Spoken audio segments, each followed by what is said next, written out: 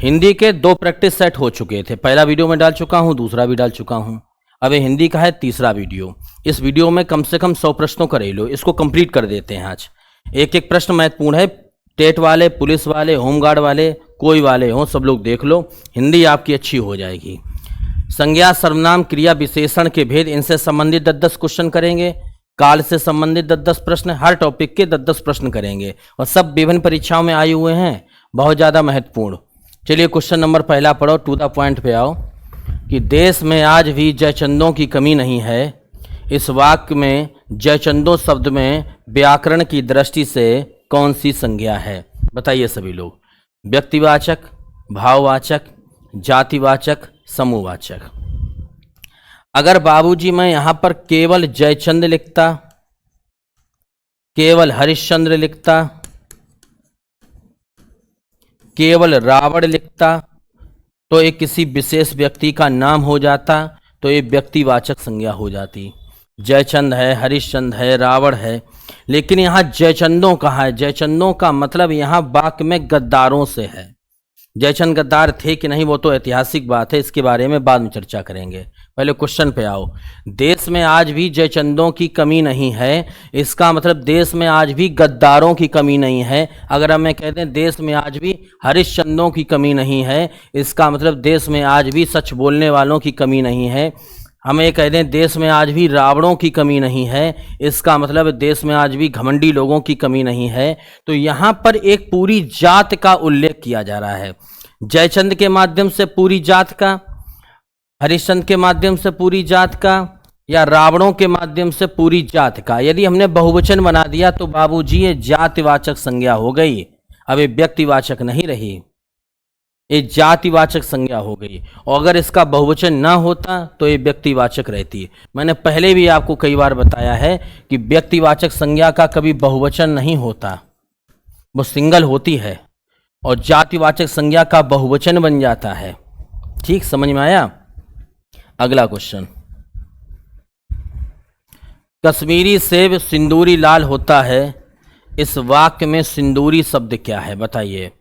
सिंदूरी शब्द, कश्मीरी सेब सिंदूरी लाल होता है, इस वाक्य में सिंदूरी शब्द क्या है? कैसा लाल? उन्हें सिंदूरी लाल। ये लाल की विशेषता है उसका सिंदूरी होना, सिंदूरी लाल। लाल भी कई प्रकार का रंग होता है, हल्का लाल, गुलाबी लाल, कई प्रकार के लाल होते हैं। तो लाल जो है वो सिंदूरी है, वो इसका क्या है? विशेषण है। कौन सा विशेषण है बाबूजी? ये गुणवाचक विशेषण है। सेब कैसा है? कश्मीरी है। कौन सा विशेषण है? गुणवाचक विशेषण है। सेब का कश्मीरी होना, लाल का सिंदूरी होना, ये विशेषण कहलाता है। विशेषण ज़्यादातर जो होता है शब्द के आगे लगा होता है। विशेषण परीक्षा में ऐसे पहचान लियो कि 2-3 यदि शब्द लिखे हैं, ठीक, जैसे हमने लिखा काला और कालिमा, हमने आपसे पूछा कि बताओ कौन सा शब्द विशेषण है। अब आपके पल्ले नहीं पड़ रहा है, तो विशेषण की परिभाषा क्या होती है?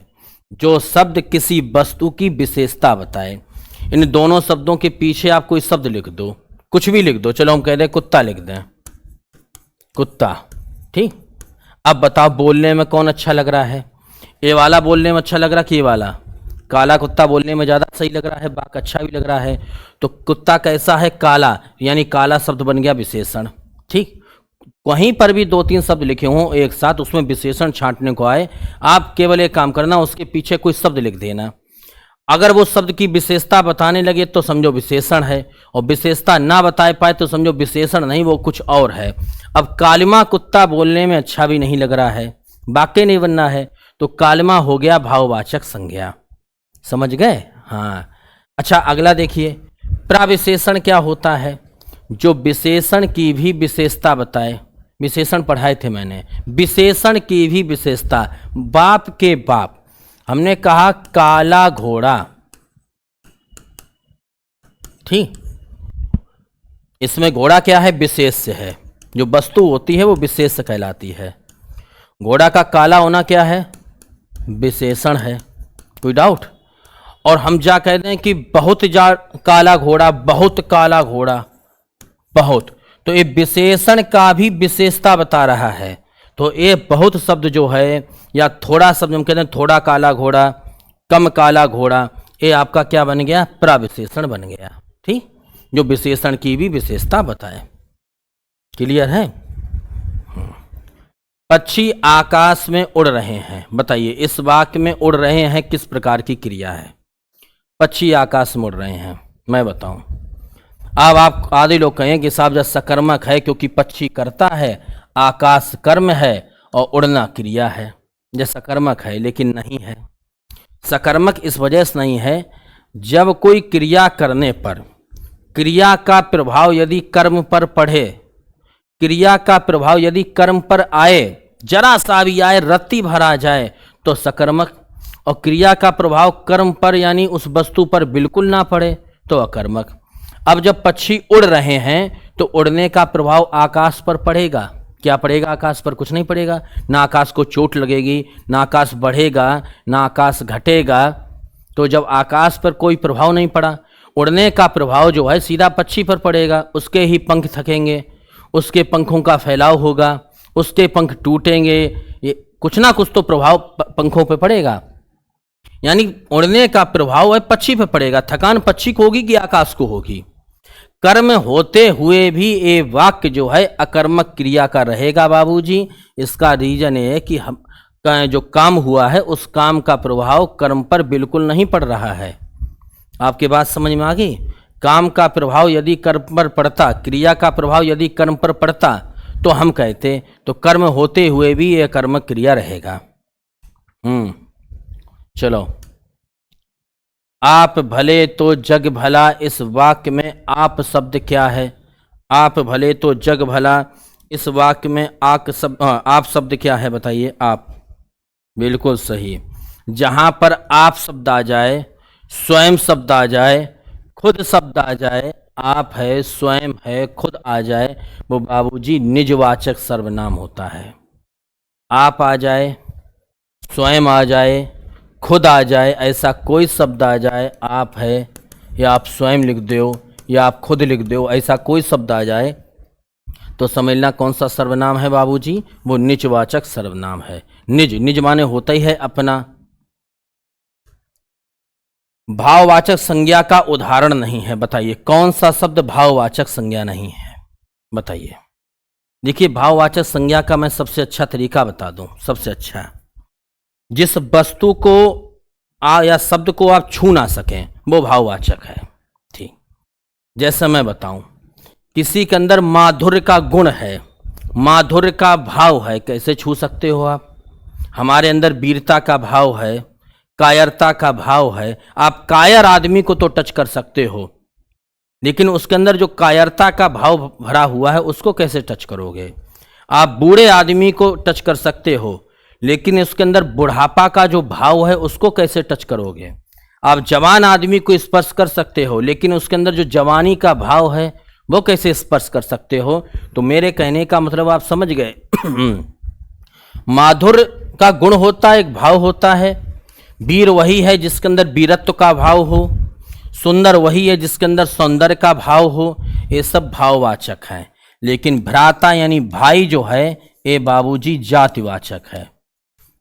जातिवाचक इस वजह से, कौन सा भाई? चचेरा भाई, ममेरा भाई, कलेसी भाई, फुफेरा भाई, सगा भाई, सौतेला भाई, कौन सा भाई?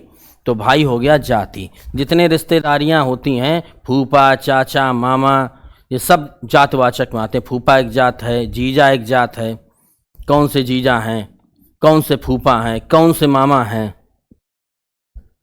हमारी कक्षा के सभी छात्र अपनी तैयारी में धुरंधर हैं। बताइए, धुरंधर जो है वो शब्द व्याकरण की दृष्टि से क्या है? बताओ, बोलो। अरे भैया, हमारी कक्षा के सभी छात्र अपनी तैयारी में धुरंधर हैं, तो छात्रों का धुरंधर होना उनका गुणवाचक विशेषण है। आपका धुरंधर होना, आपका वीर होना, आपका होशियार होना, ये सब गुण ही तो है आपका गुणवाचक विशेषण। विशेषण कितने प्रकार के होते हैं? 4, याद रखना। वह अचानक बोल उठा, किस प्रकार की क्रिया है? बताइए, अचानक बोल उठा। बताओ, पूर्वकालिक क्रिया है कि नाम धातु है कि संयुक्त है कि प्रेरणार्थक है? देखो, एक बोलना और एक उठना, ये दो क्रियाएं आई एक साथ, बोलना और उठना। तो जिस वाक्य में दो तीन क्रियाएं एक साथ लिखी हों वो संयुक्त क्रिया हो जाती है। क्या हो जाती है? संयुक्त क्रिया। बात पल्ले पड़ी आपके? बहुत सुंदर। अरे बोलना उठना दो क्रियाएं हो गई ना। कोई आ रहा है, कोई आ रहा है, बताइए वाक्य में किस प्रकार का सर्वनाम है? कोई और कुछ। कोई और कुछ अनिश्चयवाचक होते हैं। हम क्या कहते हैं? कोई आया था, कुछ ले आओ, ये अनिश्चयवाचक शब्द ही हैं। यदि ये अनिश्चयवाचक शब्द हैं तो अनिश्चयवाचक सर्वनाम होगा।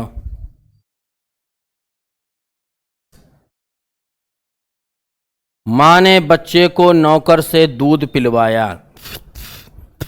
माँ ने बच्चे को नौकर से दूध पिलवाया। पिलवाना, उठवाना, मरवाना, कटवाना, यानी आप ये समझिए, हमने कहा कि जैसे मैंने उसको उठवा दिया, ठीक, मैंने उसको मरवा दिया, मैंने उसको कटवा दिया, इसका मतलब खुद ना करके करवाया है, प्रेरणार्थक क्रिया है। मरवाना, उठवाना, कटवाना, यानी खुद ना करके दूसरे से कराया। तो पहली बात ये समझिए, पिलवाया जो है खुद नहीं किया है कर्ता ने, माँ ने खुद नहीं पिलाया है, नौकर से पिलवाया है, यानी ये सारे शब्द जो हैं वो प्रेरणार्थक क्रिया हैं। अब कौन सी प्रेरणार्थक है, कि प्रथम है कि द्वितीय? या द्वितीय प्रेरणार्थक है, क्योंकि बीच में कर्म ने एक काम किया है। जो बीच में कर्म है ना भाई, माँ तो कर्ता हो गई, पिलवाना क्रिया हो गया, और यहाँ पर नौकर और दूध आपके कर्म है। तो दोनों कर्म में क्या हुआ? इस वाले कर्म ने वाला काम किया है, पहले कर्ता ने कोई काम ही नहीं किया। कर्ता या कर्म जो दूसरा वाला है उसने एक काम किया है, तो द्वितीय प्रेरणार्थक क्रिया है। माँ ने दूध पिलवाया तो प्रथम प्रेरणार्थक, माँ ने नौकर से पिलवाया तो द्वितीय प्रेरणार्थक। जी,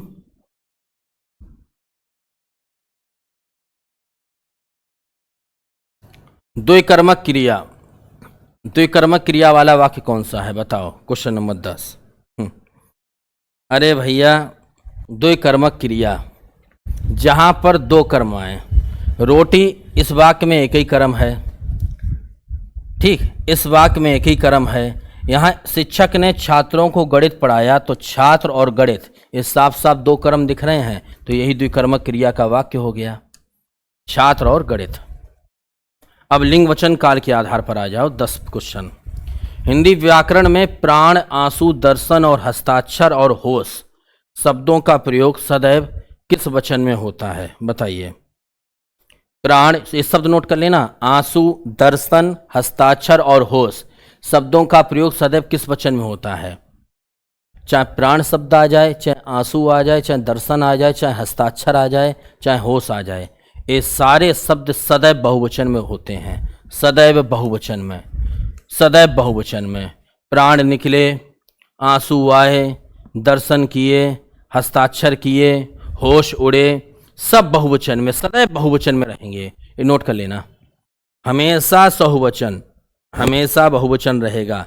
और इसी प्रकार से बाबू नोट कर लेना, जनता है, सामग्री है, माल है, ये सदैव एक वचन, ये सदैव एक वचन। क्लियर? जनता है, सामग्री है, माल है, ये सदैव एक वचन। यदि वह परिश्रम करता तो अवश्य उत्तीर्ण हो जाता। आप बताइए किस काल को दर्शाता है? पहले बताइए किस काल का वाक्य है, मैंने काल पढ़ाए हैं आपको। यदि वह परिश्रम करता तो अवश्य पास हो जाता या उत्तीर्ण हो जाता। ये वर्तमान काल की बात चल रही कि भूत की कि भविष्य की? ये चल रही है भूतकाल की, तुम फेल हो चुके हो। यदि वह परिश्रम करता तो पास हो जाता, तो पहली बात है कि ये भूतकाल का वाक्य हुआ। और भूतकाल के कितने भेद मैंने बताए थे आपको? 6। नहीं पढ़े हैं तो हम कुछ कर नहीं सकते हैं। 6 भेद बताए थे। और मैंने कहा था इसमें एक ऐसा भेद होता है कि जिसमें एक क्रिया दूसरी क्रिया पर डिपेंड करे, तो समझो वो हेतु हेतुमद है। यदि वह परिश्रम करता तो अवश्य पास हो जाता, ना उसने परिश्रम किया है ना वो पास हुआ है।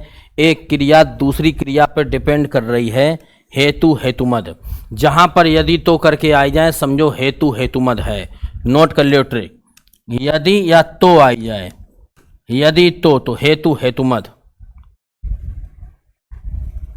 निम्नलिखित में से कौन सा समूह पूर्णता पुल्लिंग है बताओ, पूर्ण रूप से पुल्लिंग। दही, मोती, पानी, हाथी, पढ़ो आप लोग।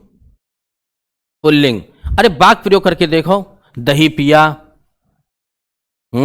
बिल्कुल सही है। दही पिया या दही खट्टा है, मोती चमकता है, पानी बह रहा है, हाथी चलता है। ये चारों शब्द आपके पुल्लिंग हैं, चारों हैं पुल्लिंग। पृथ्वी चलता है नहीं, पृथ्वी चलती है। दया आती है, नदी बहती है, ये तो स्त्रीलिंग वाले हैं, ऊपर वाला पुल्लिंग हुआ। जनता सड़कों पर उतर आई है, बताइए वाक्य में जनता शब्द का व्याकरण, वचन और लिंग क्या है बताइए। मैंने अभी बताया था कि जनता शब्द जो है हमेशा क्या होता है, एक वचन में प्रयोग होता है। और जनता सड़कों पर उतर आया नहीं, आई है, तो एक वचन स्त्रीलिंग। शायद कल हम ताजमहल देखने जाएंगे, शायद हम कल ताजमहल देखने जाएं, बताइए। पहले बताइए वर्तमान काल है कि भूत है कि भविष्य। अब कल की बात चल रही, आने वाले कल की, तो पहली बात तो जाए कि शायद कल हम ताजमहल देखने जाएं, तो इसका मतलब है कि भविष्य काल का वाक्य है। कौन सा भविष्य है, साफ साफ शायद लगा दिया। जिस बात में या जिस वाक्य में आपको आशा या उम्मीद व्यक्त की जाए वो संभाव्य भविष्य होता है, संभाव्य भविष्य। उम्मीद है, आशा है। मैंने अभी अभी खाना खाया है, अभी अभी खाना खाया है, अभी अभी। अब बताइए, बिल्कुल सही। पहले बताओ किस काल का है, खाया है, अभी अभी खाना खाया है। इस वाक्य में सुन लीजिए, ये आसन्न भूतकाल है, क्योंकि अभी अभी काम पूरा हुआ है, काम पूरा हो चुका, यानी पेट में रोटी जा चुकी है, अभी अभी लेकिन हुआ है। बहुत सही। विद्वान शब्द का शुद्ध स्त्रीलिंग क्या होगा? पुरुष है कोई होशियार तो उसको विद्वान बोलेंगे, महिला कोई होशियार है तो इसको विदुषी बोलते हैं। क्या बोलते हैं? विदुषी। ये देखिए मूर्धन्य सा। छात्र परीक्षा में प्रश्न पत्र हल कर रहे हैं, छात्र परीक्षा कक्ष में प्रश्न पत्र हल कर रहे हैं, या सॉरी कर रहे होंगे। छात्र परीक्षा कक्ष में प्रश्न पत्र हल कर रहे होंगे, ये बताइए किस काल का वाक्य? पहले काल बताओ। छात्र परीक्षा में प्रश्न पत्र हल कर रहे होंगे, भविष्य काल कौन बता रहा है? भविष्य नहीं होगा भाई, आप पहले बात समझा करो। छात्र परीक्षा में प्रश्न पत्र हल करेंगे, करेंगे तो हो जाता आपका भविष्य काल। यहां पर करेंगे लिखते हम क्या बोल रहे हैं? कर रहे होंगे। जहां पर रहा है, रही है आ जाए, ता है, ती है आ जाए, वो तो वर्तमान होता है ना। ठीक, तो यहां पर हमने इसकी संभावना व्यक्त की है, ये संभाव्य वर्तमान काल होगा। कोई डाउट? ना सॉरी, कर रहे होंगे, ये संदिग्ध वर्तमान है, संदिग्ध। कर रहे होंगे कि नहीं कर रहे होंगे, कर रहे होंगे कि नहीं कर रहे होंगे, ये संदिग्ध वर्तमान काल का वाक्य हो गया। हो जात भैया जल्दबाजी में कोई मिस्टेक। किस शब्द का एक वचन और बहुवचन समान रहता है बताओ? एक वचन और बहुवचन सदैव समान रहता है, बोलो।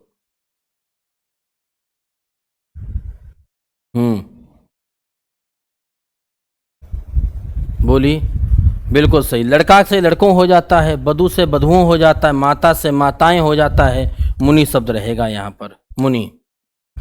अनेकों लोगों ने इस मिशन वर्दी बैच में प्रवेश लिया, व्याकरण की दृष्टि से इस बात में क्या मिस्टेक है बताइए? अनेकों लोगों ने, बताइए। क्वेश्चन नंबर 10 मैं बताऊं।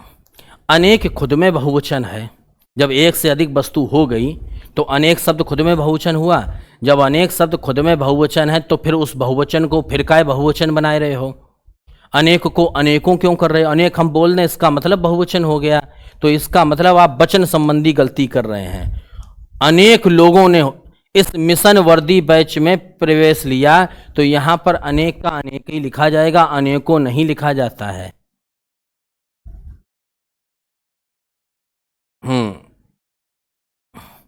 स्थावर शब्द का सबसे उपयुक्त विलोम क्या होगा?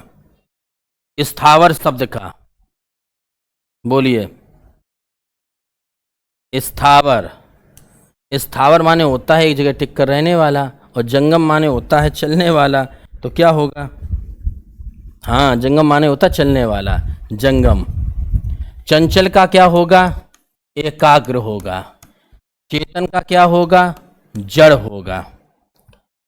अभय और उभय शब्द का सही अर्थ विभेद कीजिए। एक तरफ लिखा हुआ है अभय, एक तरफ लिखा हुआ है उभय। अच्छा, ऐसे प्रश्न कैसे करे हो? ये समानार्थी शब्द होते हैं, समानार्थी शब्द होते हैं। अब एक कल्पना कीजिए, आ माने नहीं, भय माने जैसे डर हो, इसका मतलब हुआ निडर यानी निर्भय। और उभय माने क्या होता है? दोनों। तो इसका आंसर ए वाला सही होगा। इन दोनों में से किसी एक शब्द का भी यदि आपको अर्थ मालूम है तो भी प्रश्न सॉल्व हो जाएगा। अभय माने होता है निर्भय और उभय माने होता है दोनों। पढ़ाई चुके जो हम। वारिद का पर्यायवाची बताइए। वारिद, मैंने आपको कितनी बार बताया है कि पानी के पर्यायवाची में यदि दा लगा दिया, दा माने होता है देने वाला, तो वो बादल का पर्यायवाची बन जाता है। पानी के पर्यायवाची में यदि जा लगा दिया, जा माने होता है जन्म लेने वाला, तो भैया वो हो गया कमल का पर्यायवाची, क्योंकि कमल पानी में जन्म लेता है। धी माने होता है धारण करने वाला यानी भंडार। पानी के पर्यायवाची में यदि धी लगा दिया, धी, तो वो समुद्र हो गया, समुद्र का पर्यायवाची हो गया, क्योंकि समुद्र पानी का भंडार है। यहाँ पर पानी के पर्यायवाची में दा लगा हुआ है, वारिद, तोयद, नीरद। ये किसका पर्यायवाची बन गया? बादल का बन गया। उन्मूलन शब्द का सटीक विलोम क्या होगा? उन्मूलन, बोलो।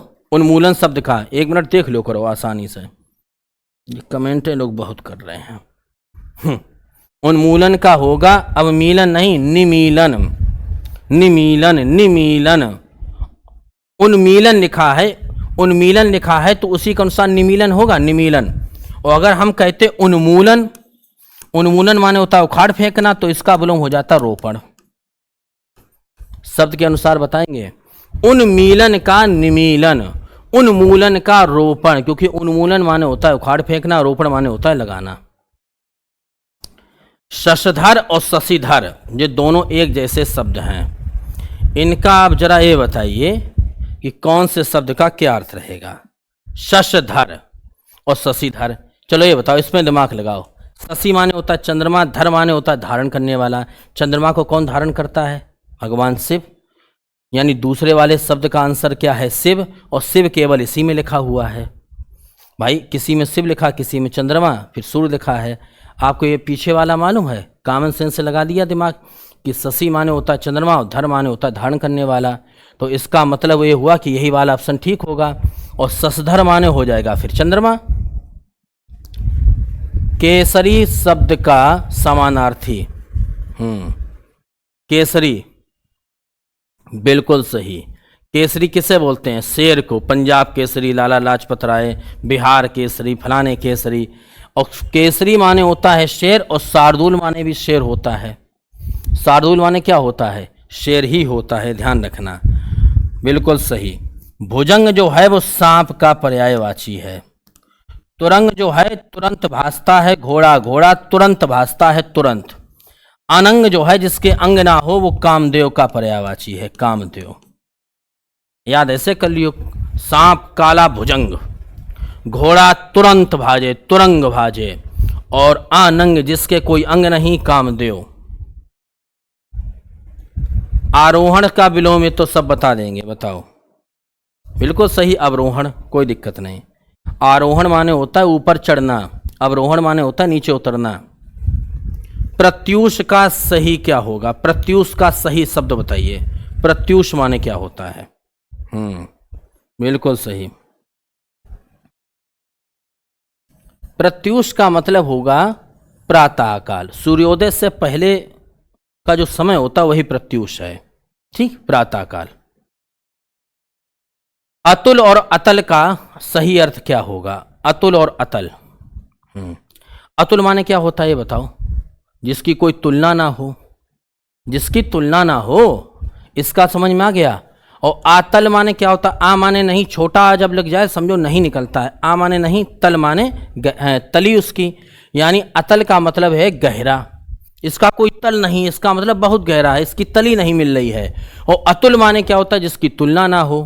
ठीक, ये बहुत बार परीक्षा पूछा गया है। तरणी और तरणी का अर्थ बताइए। बिल्कुल सही। तरणी माने होता है नाव, यहां बड़ी की मात्रा, यहां बड़े आ का डंडा। और तरणी माने होता है सूर्य। ठीक, ध्यान रखना, बड़ी की मात्रा, बड़े आ का डंडा। और छोटी, और यहां पर क्या है? तरणी, ये छोटी की मात्रा वाला जो होता है उसे सूर्य बोलते हैं।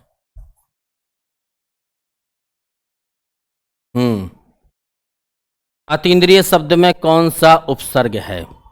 बताइए। अतीन्द्रिय, बिल्कुल सही बता रहे हैं कुछ लोग, मैं बताऊं।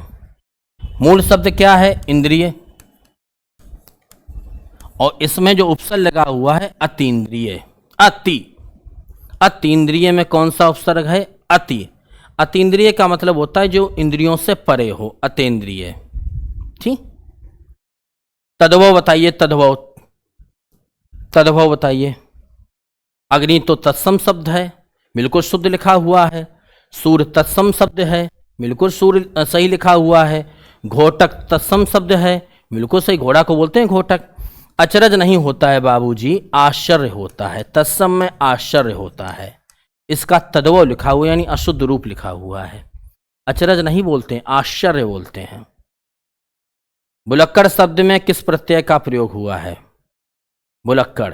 अच्छा बताओ, भुलक्कड़ में मूल शब्द क्या है? मूल शब्द है भूल, और भूल में पीछे क्या जुड़ा हुआ है? दिमाग लगाओ। भुलक्कड़, भूल प्लस अक्कड़, हो गया अक्कड़। गोमय शब्द का सही तद्भव रूप क्या है?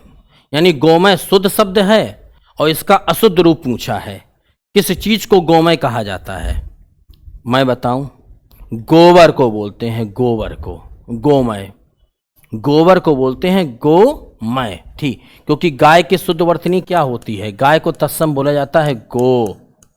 ठीक, समझ में आया? गधा का गर्धव तत्सम में। गेहूं का गेधूम, सॉरी गोधूम, गेहूं का गोधूम होता है। देशज शब्द कौन सा है? देशज, देशज मतलब अपने भारत को। स्टेशन नहीं, स्टेशन तो भाई अंग्रेजी भाषा का शब्द है। देख रहे, अच्छा ठीक। किताब भी नहीं, किताब हमें लगता है उर्दू है, क्योंकि वो पुस्तक बोलते हैं अपने यहाँ। अगला अग्नि तो भाई तत्सम हो गया, आपका होगा खिड़की। जितने भी ये ड़ा वाले शब्द हैं और टा वाले, जे अपने यहाँ ही चलते हैं। खिड़की हुआ, ठीक है, लोटा हुआ, पगड़ी हुआ, डिबिया हुआ, झोला हुआ, जितने भी टाड़ा वाले शब्द हैं अपने यहाँ ही चलते हैं, देशज हैं, भारत की देन है। दुर्निवार शब्द में कौन सा उपसर्ग है? जो तो दूसरे पहचान लियो। देखो बाबूजी, अगर जहां में संधि पूछी जाती तो विसर्ग है दुह प्लस निवार। ठीक, आदो रावड़ो है तो मन विसर्ग कर देवो। यदि उपसर्ग पूछो जाए तो दुर, जो वालो हलंत वालो दुर। ठीक, समझ गए? जैसे दुर्लभ में दुरुपसर्ग है दुर, दुर्गम में दुरुपसर्ग है, दुरुपयोग में दुरुपसर्ग है। ठीक, शैत्य शब्द में मूल शब्द और प्रत्यय बताइए। शैत्य, शैत्य शब्द में मूल शब्द और प्रत्यय बताइए। क्वेश्चन नंबर 7, बिल्कुल सही जवाब किसी ने दिया है। शैत्य का मतलब हुआ इसमें मूल शब्द है शीत और प्रत्यय लगा हुआ है या, दोनों को जब जोड़ेंगे तो बन जाएगा शैत्य। समझ में आ रहा है? ठीक। छायादार शब्द व्याकरण की दृष्टि से किस श्रेणी में आएगा? छायादार बताइए। छायादार बताइए, बताइए। अरे बाबूजी, जो शब्द अलग अलग दो भाषाओं से मिलकर बना हो उसे बोलते हैं संकर शब्द, हाइब्रिड, अलग अलग भाषाएं। छाया तो हिंदी शब्द हो गया, और दार कौन सा शब्द हो गया? अरबी फारसी शब्द हो गया, एक हिंदी का एक फारसी का। इसी प्रकार से रेलगाड़ी संकर शब्द है, रेल अंग्रेजी भाषा का शब्द है, गाड़ी है देशज भाषा का शब्द है। पानदान, खानदान, इस प्रकार के शब्द जो अलग अलग दो भाषाओं से मिलकर बने हों।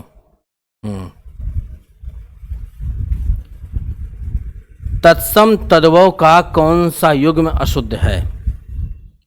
बताइए, तत्सम तद्भव। बोलिए बोलिए, जल्दी बोलिए भाई। तत्सम तद्भव। देखो मैं बताऊं, खीर को क्षीर लिखा जाता है, ध्यान रखना। तत्सम में खा का छा हो जाता है। जैसे मैं बताऊं, खेत तो क्षेत्र, ठीक, खेत का क्षेत्र हुआ, होता कि नहीं होता है? खा का छा करो, पंख तो बाबूजी पक्ष, खीर तो बाबूजी क्षीर, कहीं पर भी खा है तो छा कर देना। तत्सम की एक ट्रिक मैं और बता रहा हूं, जहां पर ता है वहां पर त्रा कर देना। तो तत्सम जैसे मैं बताऊं, यही ले लो, खेत हमने ले लिया, खेत। अब इसमें खा का क्या कर दो? छा, ता का कर दो त्रा, लो हो गया क्षेत्र। कोई डाउट? नहीं डाउट। पत्ता का पत्र, पत्ता का पत्र, क्योंकि ता का क्या कर दिया हमने? त्रा कर दिया। समझ में आया? चीता का चित्रक, क्योंकि ता का क्या कर दिया? त्रा कर दिया, चित्रक। सबसे आसान तरीका मैंने बता दिया। दही का दधी सही है, सिंगार का श्रृंगार सही है, आंख का चच्छू लिख दिया, आंख का चच्छू नहीं होगा, ये तो एक ही बात होती, इसका पर्यायवाची लिखा है। तत्सम कहाँ लिखा है इसका? आंख का तत्सम होगा अच्छी, अच्छी होगा, क्योंकि खा का क्या होगा? अच्छा। जो चच्छू लिखा हुआ है बाबू, वो उसका पर्यायवाची लिखा हुआ है।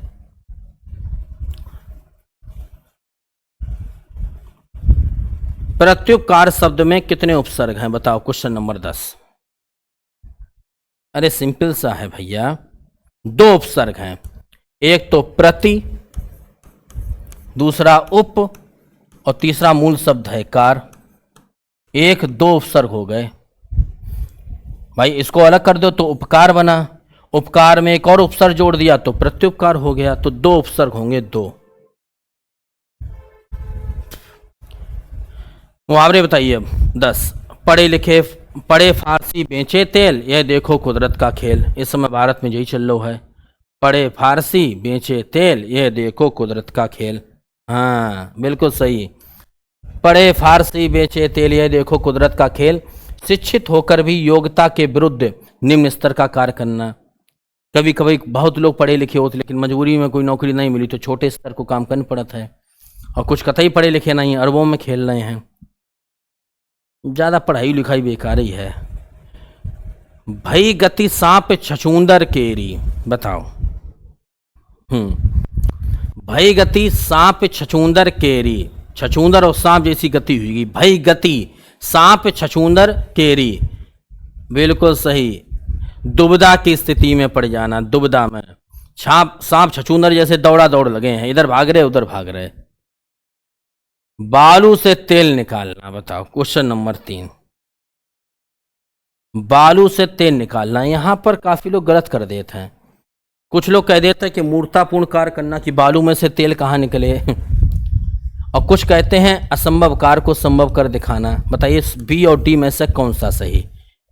अब एक क्वेश्चन मैंने आपको दे दिया है, बी सही कि डी सही? बालू से तेल निकालना, बाकी दोनों तो गलती हैं।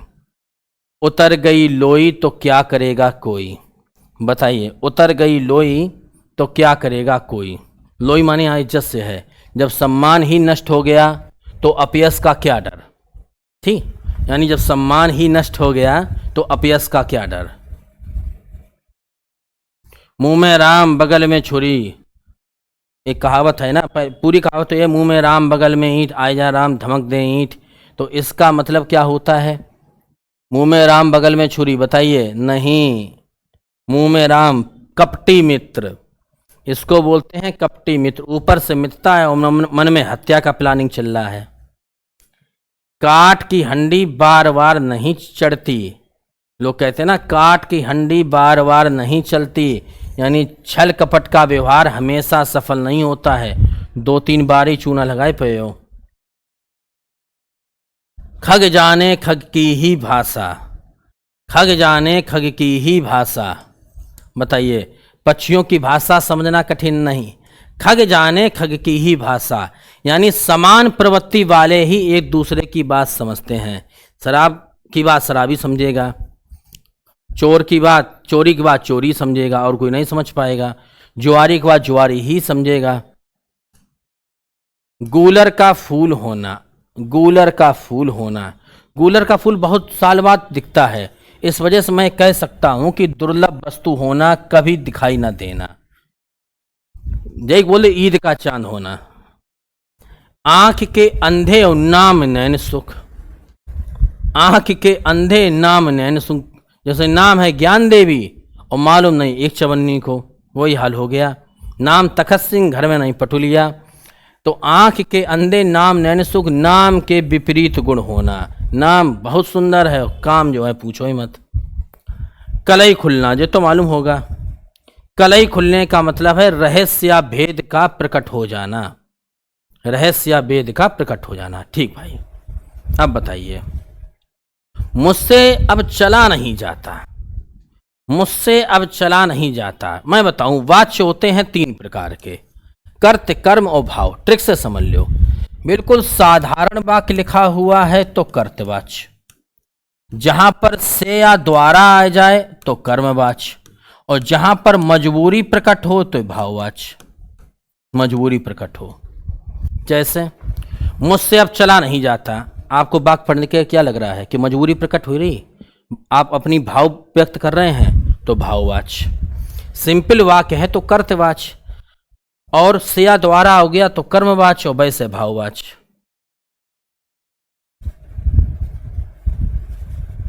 चलिए।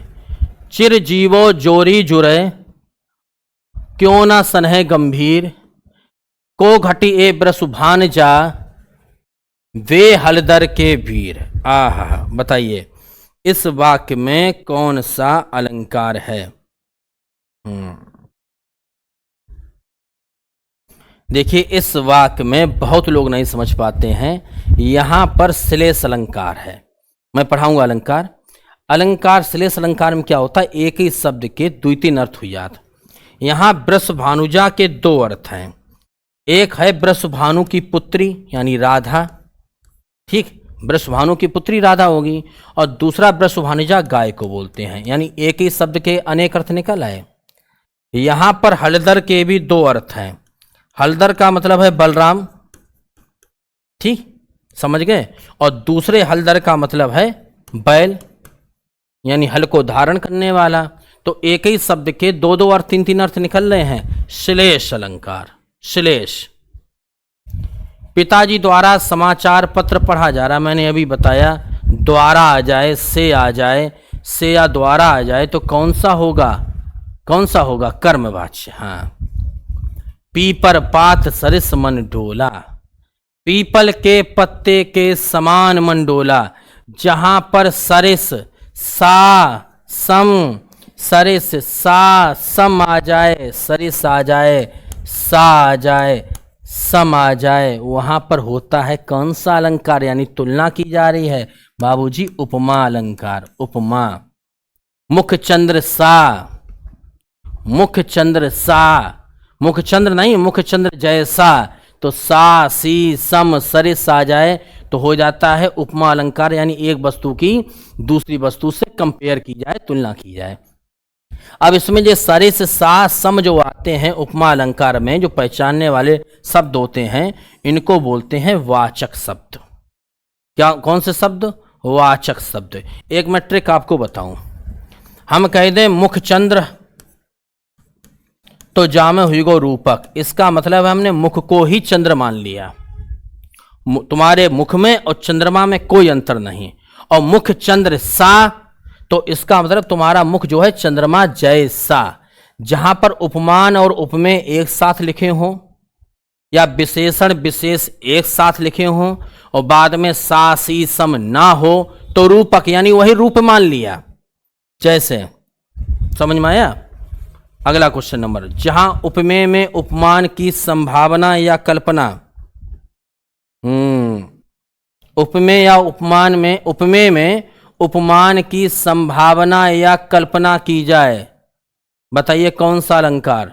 कल्पना की जाए, संभावना की जाए, भ्रम हो जाए, भ्रांतिमान। और भ्रांतिमान अलंकार का क्या होता है मालूम है आपको? सॉरी, भ्रांतिमान क्यों, अरे यार, उत्प्रेक्षा, उत्प्रेक्षा अलंकार।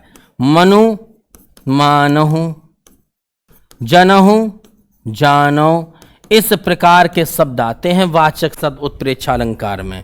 समझ में आया आपके? उपमेय में उपमान की केवल संभावना व्यक्त की जाए। रोगी से दवा पी गई, रोगी से या द्वारा भी तो एक कर्मवाच्य है, इसका कर्तवाच्य बनाइए। कर्तवाच्य का मतलब है साधारण वाक्य बनाइए, बताइए। बिल्कुल सही, रोगी से यानी ये तो अभी कर्मवाच्य है, कर्म। रोगी ने दवा पी, ये बिल्कुल सिंपल वाक्य है, ये भी कर्मवाच्य है। रोगी द्वारा, रोगी दवा नहीं पी सका, ये भी भाववाच्य है। रोगी से दवा नहीं पी जाती, ये भी अलग बात है। लेकिन रोगी ने दवा पी, दवा पी बिल्कुल सिंपल वाक्य है, कर्तवाच्य। से या द्वारा आ जाए कर्मवाच्य। सारी विच नारी है कि नारी विच सारी है कि सारी ही की नारी है कि नारी ही की सारी है, इस वाक्य में कौन सा अलंकार है? देखो, संदेह अलंकार। हाँ, संदेह है।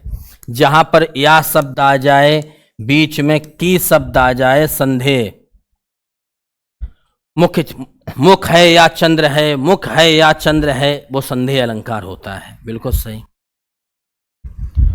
उदित उदयगिरि मंच पर रघुवर बाल पतंग, बिकसे संत सरोज सब, हर से लोचन भृंग, इस वाक्य में कौन सा अलंकार है? कई बार आया है, बताइए।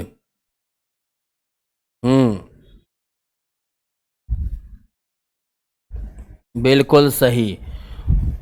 उदित उदयगिरि मंच पर, यहां पर गिरी और मंच, उदित उदयगिरि और मंच एक ही मान लिया गया है। कौन सा अलंकार होगा? रूपक, रूपक होगा ना। उदित उदयगिरि मंच, उदित उदयगिरि मंच, उदित सा उदयगिरि मंच बोल देते, सासी सम लगा देते तो हो जाता आपका कौन सा? उपमा। बताइए भैया, भाववाच्य के बारे में निम्नलिखित में से कौन सा कथन गलत है? भाववाच्य के बारे में निम्नलिखित में से कौन सा कथन गलत है? चिंता ना करो, अलंकार का भी वीडियो आएगा, उसमें क्लियर कर दिए। हाँ, भाववाच्य के बारे में बताओ, बोलिए बोलिए, जल्दी बोलिए। भाववाच्य के बारे में इसमें कर्म की प्रधानता होती, कर्म की प्रधानता कर्मवाच्य में होती, गलत है।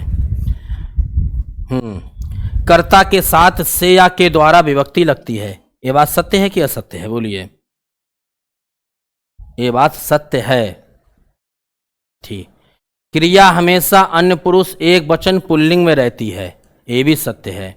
इसमें अकर्मक क्रियाओं का ही प्रयोग होता है, ये भी सत्य है। जैसे मुझसे उठा नहीं जाता। चलो हम प्रैक्टिकल करके बताए थे एक एक। जा में जा बताओ, इसमें अकर्मक क्रिया है, कहाँ कर्म है? भाववाच्य में कर्म होगा ही नहीं, और यदि कर्म होगा तो वो कर्मवाच्य बन जाएगा। ठीक, तो इसमें अकर्मक क्रियाओं का ही प्रयोग होता है। क्रिया हमेशा अन्य पुरुष एक वचन और पुल्लिंग में रहती है, पुल्लिंग ही तो है, पुल्लिंग ही तो है भैया, एक वचन तो है।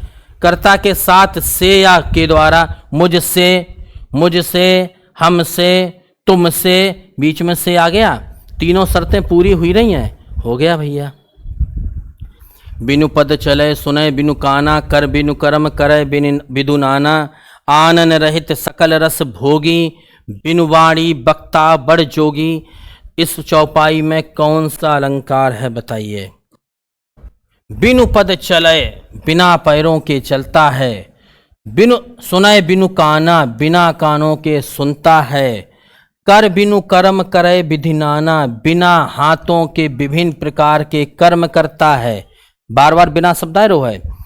बिनु पद चले सुने बिनु काना, कर बिनु कर्म करे विधु नाना, आनन रहित सकल रस भोगी, यानी बिना मुख के तमाम रसों का भोग करता है।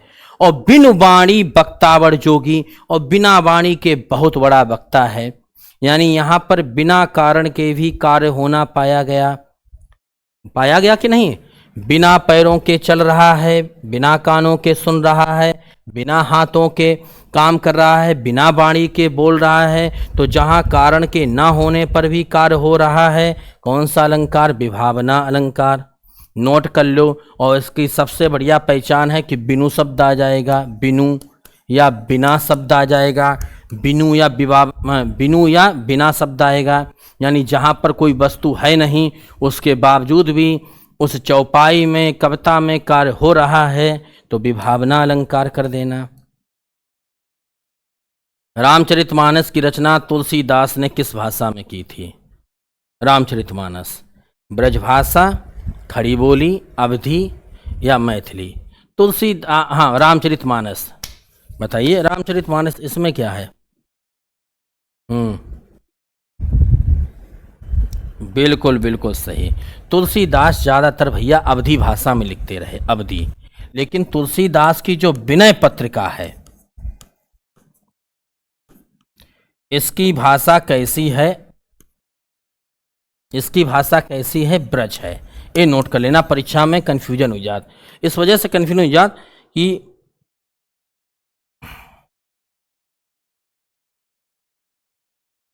समझ में आ गया भैया? विनय पत्रिका की भाषा कैसी है? ब्रज है, बाकी सबकी अवधि है।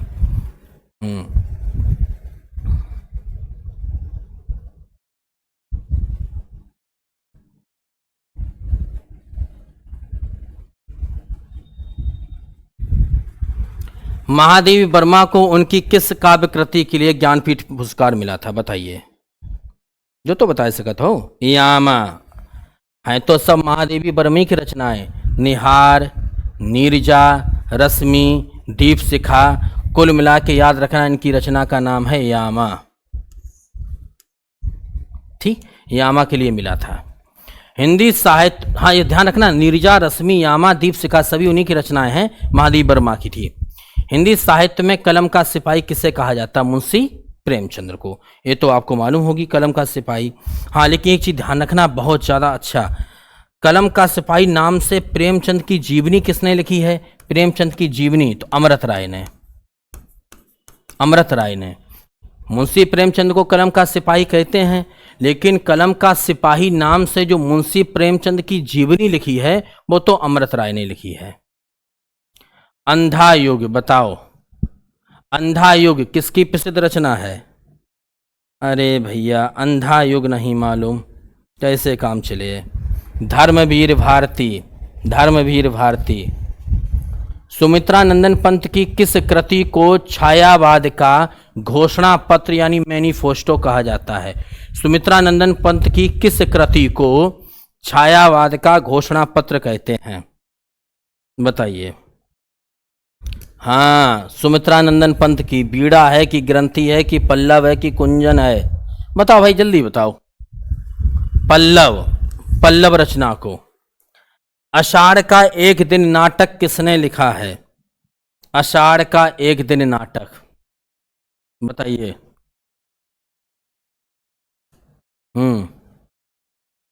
बोलिए। मोहन राकेश। आषाढ़ का एक दिन नाटक किसने लिखा है? मोहन राकेश। मुंशी प्रेमचंद का वह कौन सा उपन्यास है जो उनके निधन के कारण अधूरा रह गया था? बताइए। मैं बताऊं आपको, मुंशी प्रेमचंद का एक उपन्यास था मंगलसूत्र, यानी बेचारे मंगलसूत्र नहीं पहना पाए और मर गए, ब्याह नहीं कर पाए, इसे समझ लो, मंगलसूत्र नहीं पहना पाए। चलिए। राम की शक्ति पूजा नामक लंबी और ओजस्वी कविता के रचयिता कौन हैं? राम की शक्ति पूजा, बहुत सुंदर क्वेश्चन है। राम की शक्ति पूजा बिल्कुल सही बता रहा है कोई, सूर्यकांत त्रिपाठी निराला। राम की शक्ति पूजा, सूर्यकांत त्रिपाठी निराला। आदि काल को वीर गाथा काल किसने कहा है? दो और बचे हैं। आदि काल को वीर गाथा काल, बोलो भैया। आदि काल को वीर गाथा काल किसने, आदि काल के तमाम नाम हैं। आदि काल को वीर गाथा काल कहा था आचार्य रामचंद्र शुक्ल ने। यार कतई नहीं बता पा रहे आप लोग। चलो इनके बारे में डिटेल्स बताएं। लास्ट क्वेश्चन बताओ वीडियो में। कुरुक्षेत्र और रश्मि रथी जैसे ग्रंथ किसने लिखे हैं? कुरुक्षेत्र और रश्मि रथी, लास्ट क्वेश्चन है, बताओ। कुरुक्षेत्र और रश्मि रथी, रामधारी सिंह दिनकर। इतने ही रखें, क्लास बड़ी हो जाएगी।